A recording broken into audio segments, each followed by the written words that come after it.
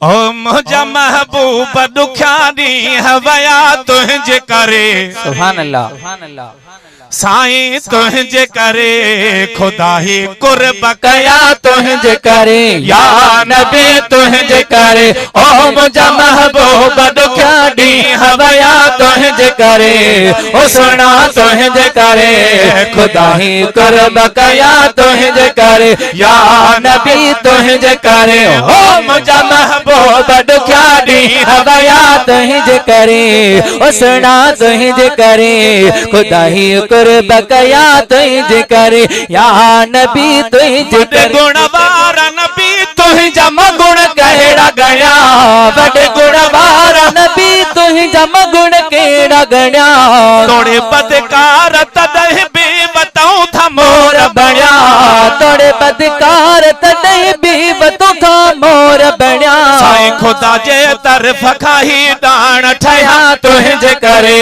ओ सुना तुझे करे खुदा ही कुर्ब कया तुझे करे या नबी तुझे करे। हो मुझा महबूब दुख्यानी हवया तुझे करे।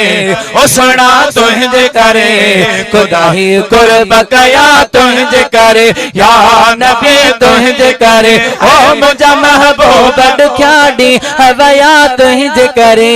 ओ सुना तुझे करे खुदा ही कुर्ब कया तुझे करे या नबी तुझे करे।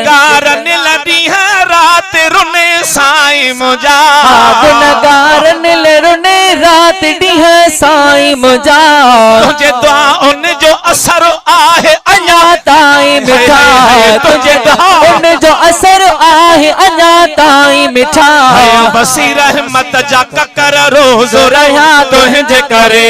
ओ सुना तुझे करे खुदा ही कुर्ब कया तुझे करे या नबी तुझे करे। सुना नबी तुझे करे। ओ मुझा महबूब दुख्यानी हवया तुझे करे।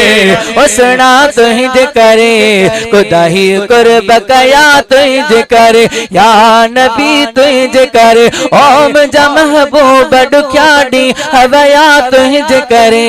ओ सुना तुझे करे खुदा ही करम कया तुझे करे या नबी तुझे करे। खुश खबीर तुझे वास्ते जिब्राइल लथो। कदी खुश खबीर तुझे वास्ते जिब्राइल लथो। साईं तुझे होंदे करण मुखे जुगाए अजाब न थो। तुझे होंदे मुखे करण अजाब मुखे न थो। इहे अल्फाज धनिया पाक चया तुझे करे। ओ सुना तुझे करे खुदा ही कुर्ब कया तुझे करे या नबी तुझे करे। हो मुझा महबूब दुख्यानी हवया तुझे करे। ओ सुना तुझे करे खुदा ही करम कया तुझे करे या नबी तुझे करे। महबूब खुदा जो छ तुझी गाल कभी। तुआ महबूब खुदा जो छ तुझी गाल कभी।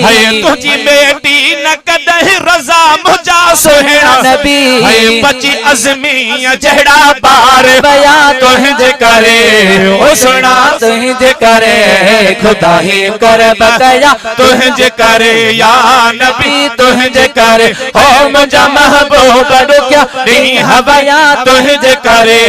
ओ सुना तुझे करे खुदा ही करम कया तुझे करे।